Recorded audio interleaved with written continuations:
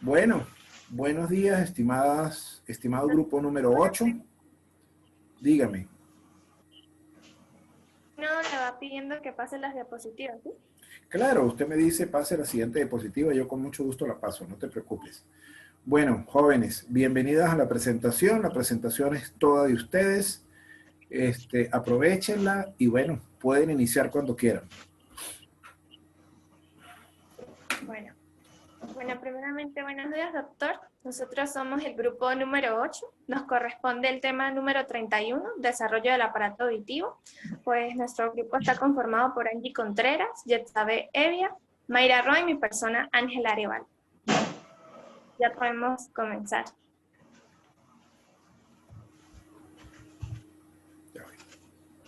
Con la siguiente diapositiva. Ok. Primeramente, antes de entrar en materia de embriología, es importante saber que el aparato auditivo es un órgano sensorial, el cual está encargado del equilibrio y la audición.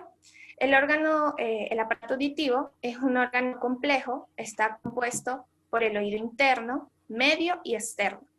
El oído externo está integrado por el pabellón auricular, tímpano, membrana timpánica y conducto auditivo externo.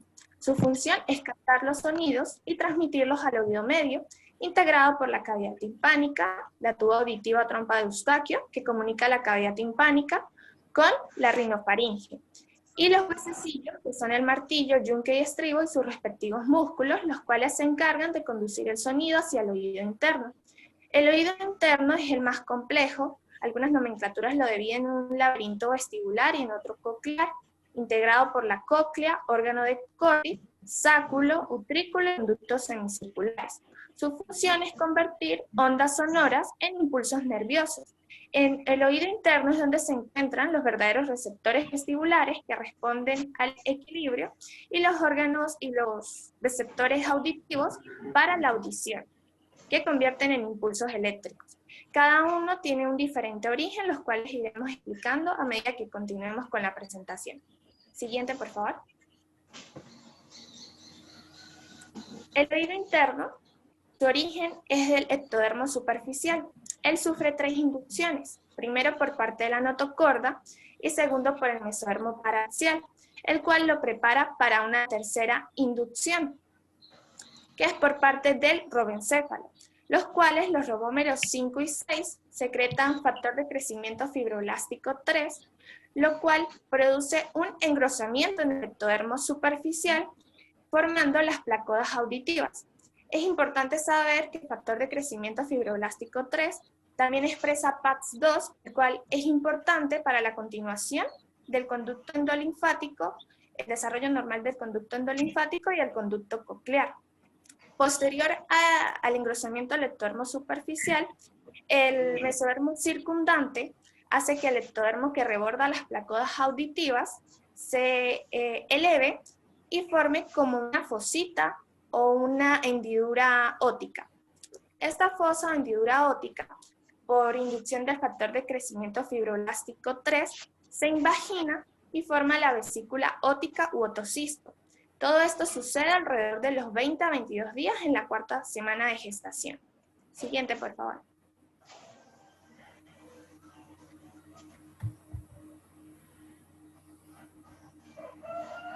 Ya en la 5ª semana, la vesícula óptica se divide en un componente ventral y en un componente dorsal. El componente ventral formado por el sacro y conducto coclear. Como anteriormente dije, es importante la presencia del gen OmeBots-PAX2 y un componente dorsal, el utrículo, conductos semicirculares y conducto endolinfático, que es importante el gen DLX5 para la formación de la parte vestibular de la vesícula óptica. La vesícula óptica está revestida por un mesénquima, el cual prolifera, y por inducción de la proteína morfogénica del hueso 4, forma un molde de cartílago, el cual ya al 5º mes se osifica y forma el verdadero laberinto óseo, el cual recubre el laberinto membranoso que está formado por las estructuras que anteriormente dije, que son originadas por la vesícula óptica. Estos dos laberintos son separados por el espacio perilinfático.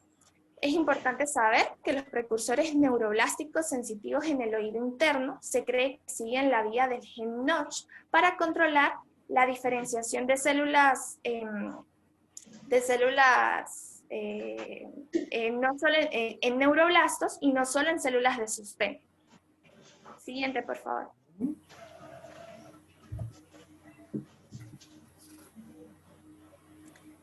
En la sexta semana, la parte utricular de la vesícula tiene una apariencia de evaginación aplanada. Estas evaginaciones, sus porciones centrales se unen o se fusionan y sufren una apoptosis en sus porciones centrales, haciendo que queden 3 conductos semicirculares, uno anterior, uno posterior y otro lateral. Estos 3 conductos semicirculares tienen 2 extremos, un extremo dilatado con ampolla y un extremo no dilatado o sin ampolla, también llamado extremo recto. Estos extremos se van a introducir en el utrículo, pero no se introducen 6 ramas, sino solo 5 ramas, 3 ampulares y 2 no ampulares, debido a que la rama anterior y posterior no ampular se fusionan. En las ampollas hay unas células sensitivas que están encargadas en mantenimiento del equilibrio, llamadas en conjunto cresta ampular. Y también hay unas zonas parecidas, unas zonas sensitivas en las paredes del utrículo y sáculo, llamadas máculas acústicas, que se encargan de responder a los cambios de posición del cuerpo. Ambas producen impulsos, los cuales son llevados al sistema nervioso central a través del par craneal 8, que es el nervio vestibulococlear, a través de la fibra vestibular. El factor de transcripción NKX51 es el que se encarga de la formación de los conductos semicirculares. Es importante para la formación de la parte vestibular dorsal de la vesícula. Además, está el gen OTX1, el cual si se encuentra ausente, no se forma el conducto semicircular lateral, el cual podría producir una pérdida de equilibrio. Este es un gen que se encuentra activo en el primer arco braquial y tiene relación con la mandíbula y los huesecillos del oído. Otro punto importante es el ganglio estatoacústico, el cual se forma durante la formación de la vesícula. Hay un grupo de células que se aíslan, migran y forman el ganglio estatoacústico o vestibular, que tiene porciones cocleares o vestibulares que inervan las células sensitivas del órgano de Corpi, los conductos semicirculares, el sáculo y el utrículo. Es importante saber que se cree que las células de la cresta neural lo invaden y eso implicaría en la formación de células de sostén y células satélite. Siguiente, por favor. Ya va, le voy a sugerir algo a las demás muchachas. Si los micrófonos están abiertos, traten de cerrarlos porque se escuchan algunas interrupciones, personas hablando, y entonces pues eso no es bueno para la grabación. Entonces traten, las personas que tengan los micrófonos abiertos, los cierran y solamente queda abierto el micrófono de la persona que está haciendo la presentación. Y si el micrófono de la persona que está haciendo la presentación está abierto y esas interrupciones son donde ella está, pues entonces que por favor le pida a las personas que están ahí que les colaboren para que se pueda hacer una presentación sin interrupciones. Seguimos. Seguimos. En cuanto al sáculo y los derivados, durante la sexta semana de gestación, en el sáculo se forma una evaginación tubular en su parte inferior, que se va a denominar el conducto coclear. Este penetra en el mesénquima circundante en forma de espiral hasta el final de la octava semana, cuando completa las 2.5 vueltas, y la conexión restante entre la cóclea y el sáculo se va a realizar mediante un canal estrecho, que es el conducto de Hensen o ducto Reunions. En el desarrollo del laberinto membranoso, en la parte posterior del sáculo, se va a desarrollar un conducto endolinfático, que va a ser una prolongación tubular del laberinto membranoso que pasa del por el acueducto vestibular y termina en la cavidad craneana. Allí en el saco endolinfático se secreta la endolinfa. En las estructuras del laberinto membranoso circula la endolinfa y en el espacio que va a quedar entre los laberintos óseos y membranosos circula la perilinfa. Por favor, la siguiente diapositiva. A medida que va ocurriendo el desarrollo del laberinto membranoso, los cambios que ocurren en el mesénquima se van a dar por la inducción de la vesícula óptica y el factor transformante beta, que estimulan a que se diferencie en una cápsula óptica cartilaginosa. Esta cápsula óptica cartilaginosa durante la 10ª semana va a experimentar una vacuolización, donde se forma el espacio perilinfático. Allí va a quedar suspendido el laberinto membranoso en la perilinfa. A su vez, este espacio perilinfático se divide en una rampa vestibular y una rampa timpánica. Por favor, la siguiente diapositiva.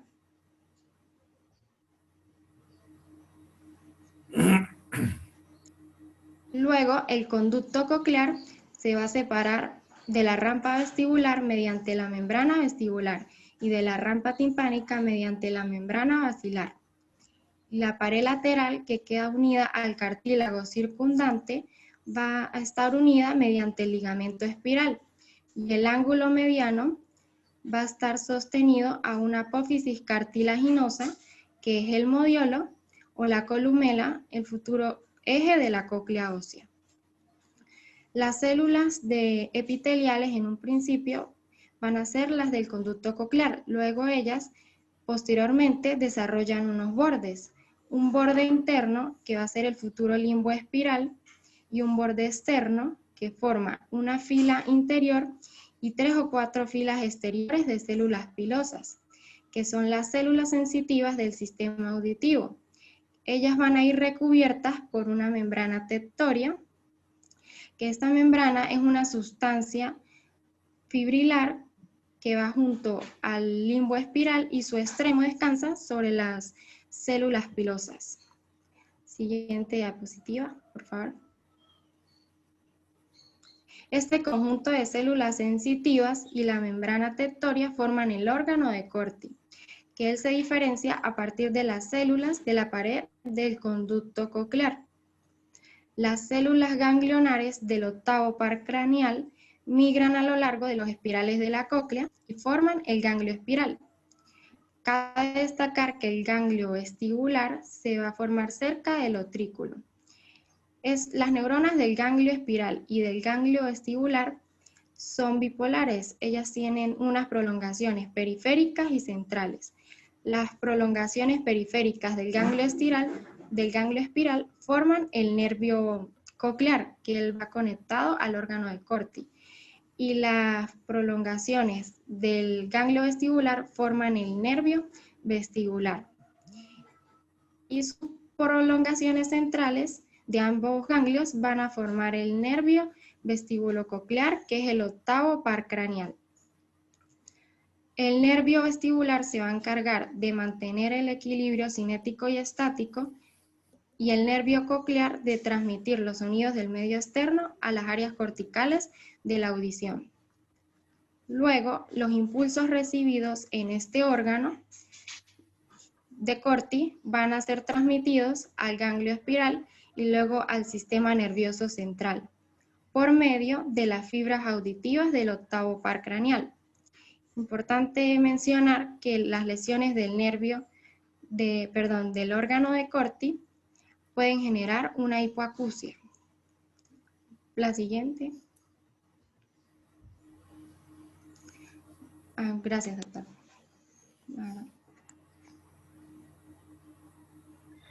Para continuar con el tema, vamos a hablar ahora de la formación del oído medio. Como se mencionó al principio de la presentación, el oído medio está conformado por la cavidad timpánica, por la tuba auditiva o trompa de Eustaquio, por los huesecillos y sus músculos asociados. Es importante mencionar que la transmisión de los sonidos Se puede dar gracias a que la cadena de huesecillos conecta la parte interna de la membrana timpánica con la membrana oval del oído interno. La formación del oído medio está estrechamente relacionado con el desarrollo de los primeros y segundos arcos faringios. Esto debido a que el oído medio se desarrolla a partir de la primera bolsa faríngea, el mesénquima de la cresta neural y el mesodermo de los primeros y segundos arcos faringios. Alrededor de la cuarta semana de desarrollo, la primera bolsa faríngea se expande lateralmente hasta alcanzar el suelo del primer surco faríngeo, para originar de esta manera el receso tubotimpánico. La porción distal ciega de este receso se dilata para dar origen a la cavidad timpánica primitiva, mientras que la porción proximal permanece estrecha para formar la tuba auditiva o trompa de Eustaquio, que comunica a la cavidad timpánica con la nasofaringe. Alrededor de la sexta semana se producen unas acumulaciones del mesénquima de la cresta neural en la parte dorsal a la finalización del receso tubotimpánico. La siguiente lámina, por favor. El desarrollo de los huesecillos del oído se realiza a partir de los primeros y segundos arcos faringios y de ese mesénquima de la cresta neural que se condensa para formar los precursores cartilaginosos que posteriormente se osificarán para dar origen a estos huesecillos. Aunque los huesecillos se originan en la primera mitad de la vida fetal, estos quedan incrustados en el mesénquima circundante hasta aproximadamente el octavo mes, cuando la muerte celular programada y otros procesos de reabsorción disuelven el tejido circundante, dejando a los huesecillos suspendidos por dentro de la cavidad timpánica. El tejido endodérmico que recubre el interior de la cavidad deja a los huesecillos unidos a las estructuras adyacentes, a modo de mesenterio. Cabe destacar que al momento del nacimiento aún existen restos de este tejido circundante, y ellos no se liberan completamente sino hasta los 2 meses posteriores al nacimiento. Y esta es la razón de que los recién nacidos no poseen tanta agudeza auditiva. Siguiente, por favor. Estudios de anatomía comparada han comprobado que los huesecillos del oído poseen 2 orígenes. El martillo y el yunque se originan del primer arco faríngeo a partir del cartílago de Meckel.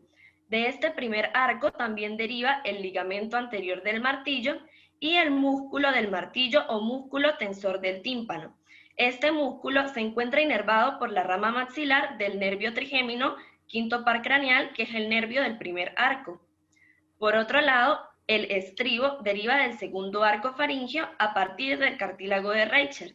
De este arco también se origina el músculo estapedio, que se encuentra unido al martillo y está inervado por el nervio facial séptimo par craneal.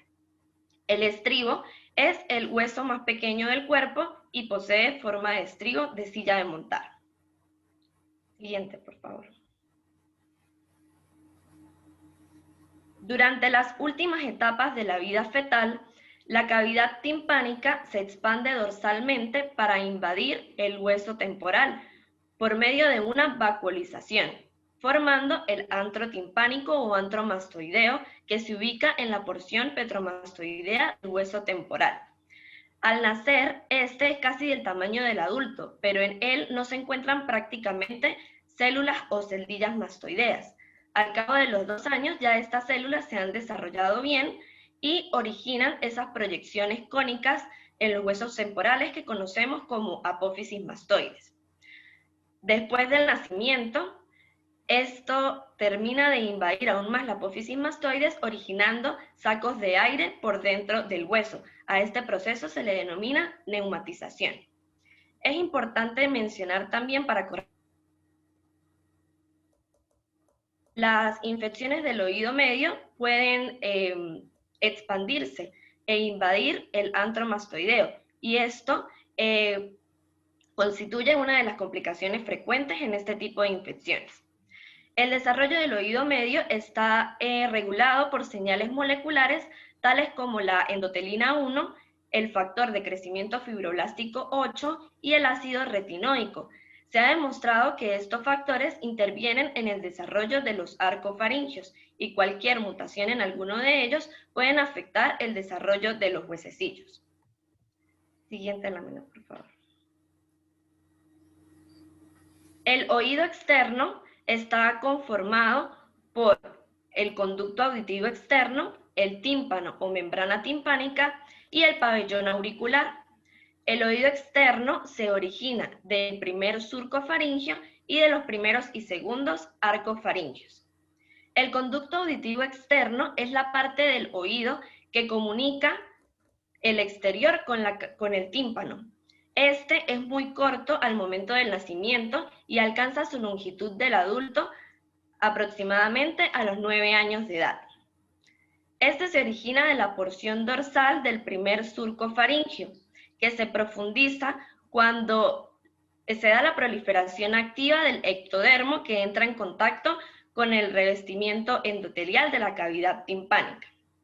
Al tercer mes, las células epiteliales del fondo del conducto proliferan para formar el tapón meatal y de esta manera el conducto auditivo externo se oblitera.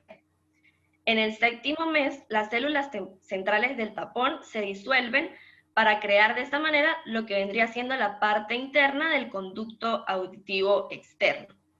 Si este tapón meatal persiste, puede originarse sordera congénita de conducción.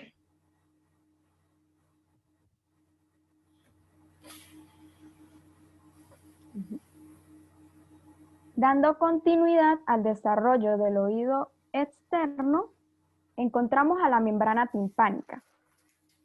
La membrana timpánica, o también denominado tímpano, es la que se encarga de separar al oído externo del oído medio. La membrana timpánica llegan los oídos a ella debido a que lo hacen vibrar y de allí se transmiten al oído medio.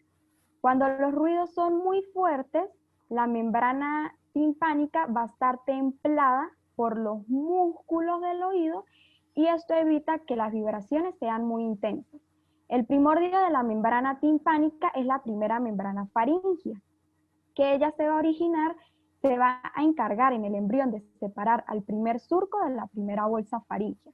A medida que se va desarrollando el mesénquima, va a ir creciendo entre las dos partes de esta membrana y se va a diferenciar en las fibras colágenas que también la constituyen. Por lo tanto, esta membrana timpánica va a estar formada por las 3 hojas germinativas.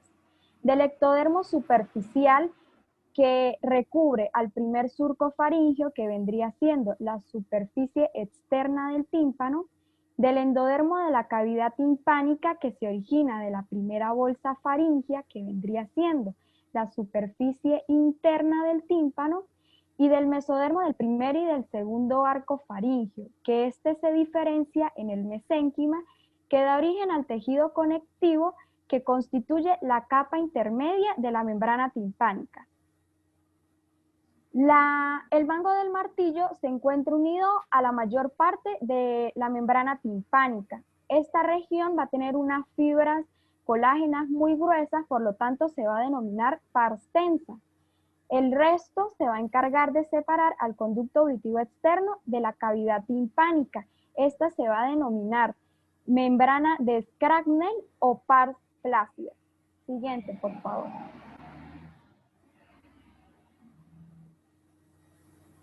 El pabellón auricular o la oreja se va a formar del tejido mesenquimatoso del extremo dorsal del primer y del segundo arco faríngeo, que en el segundo mes da origen a 6 proliferaciones mesenquimáticas denominadas tubérculos auriculares o los montículos auriculares. Como podemos observar en la imagen, ellas se encuentran alrededor de la primera hendidura faríngea, 3 a cada lado. Ellas posteriormente se fusionan y van a formar a la oreja.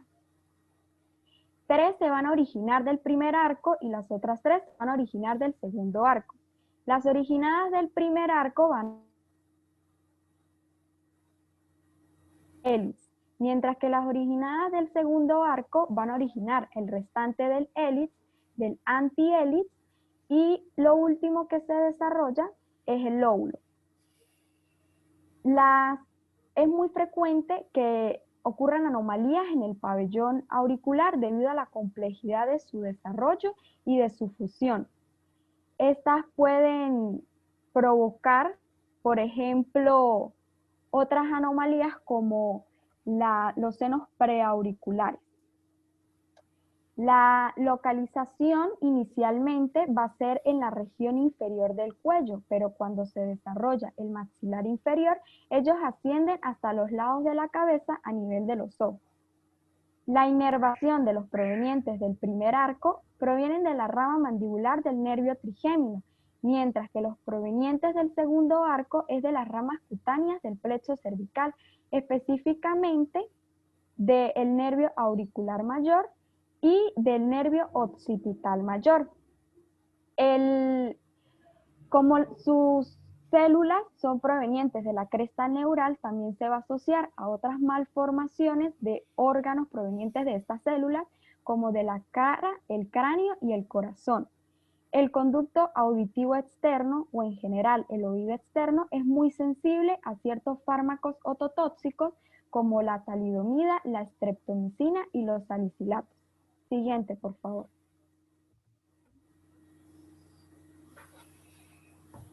Dentro de las malformaciones del aparato auditivo encontramos a la sordera congénita. Esta se puede deber a conexiones nerviosas imperfectas como anomalías en las células ciliadas o también malformaciones en los ganglios de los nervios auditivos. Esta sería la sordera neurosensorial. También encontramos a la sordera de conducción, que es por malformaciones de los huesecillos del oído, del tímpano o por un desarrollo anómalo del laberinto membranoso y óseo. En general está acompañada de mudez. Un 50% de los casos se debe a factores genéticos que afectan a los genes autosómicos dominantes, recesivos y ligados al cromosoma X. Esta se va a diferenciar, se va a dividir en una sordera congénita sindrómica o no asociada a síndrome. Se han identificado 36 genes relacionados con la sordera no sindrómica. Entre ellos encontramos al MYO15, donde su alteración produce un acortamiento de los estereocilios vestibulares y también de la cóclea. Y el GJB2, que provoca una degeneración de las células vellosas. Dentro de los síndromes, encontramos al síndrome renal de coloboma, también denominado síndrome papilorrenal. Esto ocasiona una sordera neurosensorial asociada a defectos renales y oculares. Dentro de sus características se destacan la displasia del nervio óptico, una hipoplasia renal bilateral y, como su nombre lo indica, un coloboma, ya sea del nervio óptico o retinial. En el síndrome de Waardenburg se ocasiona la sordera autosómica dominante asociada con anomalías pigmentarias como el albinismo parcial. Sus manifestaciones clínicas van a ser una ausencia del ángulo frontonasal o también va a haber un puente nasal ancho, también ocasiona heterocromía del iris, microftalmia y mechón de cabello blanco. El síndrome de Herbel y Lange-Nielsen ocasiona una discapacidad auditiva asociada a enfermedad cardíaca funcional. En el electrocardiograma se evidencia un QT largo y también taquiarritmias ventriculares que ocasionan el síncope o inclusive la muerte súbita. Dentro de otros factores encontramos los ambientales. Allí se encuentran los factores infecciosos que hay que destacar el virus de la rubiola, que en la 7ª u 8ª semana de gestación lesiona el órgano de Corti o también provoca malformaciones en los huesecillos del oído. Hay fármacos ototóxicos como la isotretinoína y el bajo peso al nacer que pueden conllevar a la sordera congénita. Siguiente, por favor. En las alteraciones del pabellón auricular hay que destacar que las que son infrecuentes son muy poco comunes, pero las que tienen un carácter menor, ellas van a ser muy frecuentes y normalmente son indicadores de patrones específicos que siguen ciertas malformaciones congénitas, como por ejemplo, cuando hay una forma anómala e implantación baja del pabellón auricular, esta se asocia al síndrome de Edwards, que es la trisomía 18, o también en aquellas madres que consumen fármacos en el momento del embarazo. Encontramos a los apéndices, que estos son unos acrocordones cutáneos que se desarrollan por montículos accesorios. Esta se encuentra delante de la oreja y es más frecuente unilateral. Mayormente van a estar constituidos por piel, pero hay algunos casos en los que se evidencia cartílago. La notia y la microtia. La notia es la ausencia de la oreja. Esta se debe a una falta de proliferación mesenquimal de la zona, mientras que la microtia es la oreja pequeña o rudimentaria, como logramos observar en la imagen. La microtia se debe a un 80% de los casos a una atresia del conducto auditivo externo. Esta también se asocia a síndromes como la trisomía 21, la trisomía 18 y el síndrome de Treacher-Collins. La microtia también se asocia a otros defectos no sindrómicos como las anomalías del oído medio. Esta también es frecuente unilateral y la proliferación o la falta o por la supresión del mesénquima es por el defecto en la migración de las células de la cresta neural. Se considera que la implantación del pabellón auricular es baja cuando el borde superior del hélix está por debajo del plano que pasa por la órbita. Como dije anteriormente, esta también acompaña a otros síndromes como el síndrome de Edwards. En la atresia del conducto o del meato acústico externo, se produce por una falta de canalización del tapón meatal. En la parte superficial está bloqueada por tejido fibroso o óseo, como se logra observar, pero en la parte interna está abierta. Esta es frecuente unilateral o bilateral, a diferencia de las otras, y también puede ser por un desarrollo anormal del primer y del segundo arco faríngeo. La ausencia del meato acústico externo, esta sí es infrecuente y se debe a la falta de expansión del primer surco faríngeo. Aquí tampoco desaparece el tapón meatal. Luego, los senos preauriculares, que se encuentran localizados en el área triangular anterior. Se pueden observar como unos tubos estrechos o fobias superficiales con unas aberturas puntiformes. Los senos preauriculares se asocian a malformaciones renales y la sordera congénita. No se ha determinado como tal cuál es su origen embriológico, pero puede ser porque no se fusionan correctamente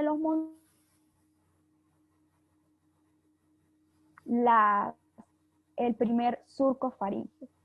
Siguiente, por favor.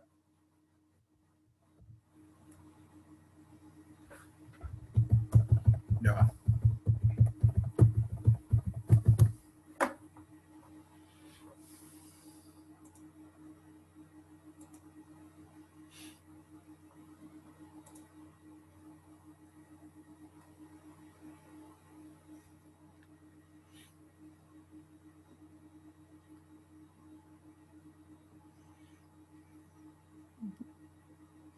Para finalizar, hemos tomado de una de las fuentes citadas este mapa conceptual que da un resumen del desarrollo del aparato auditivo, facilitando la comprensión al momento de estudiarlo. Muchísimas gracias. Muy bien. Vamos a...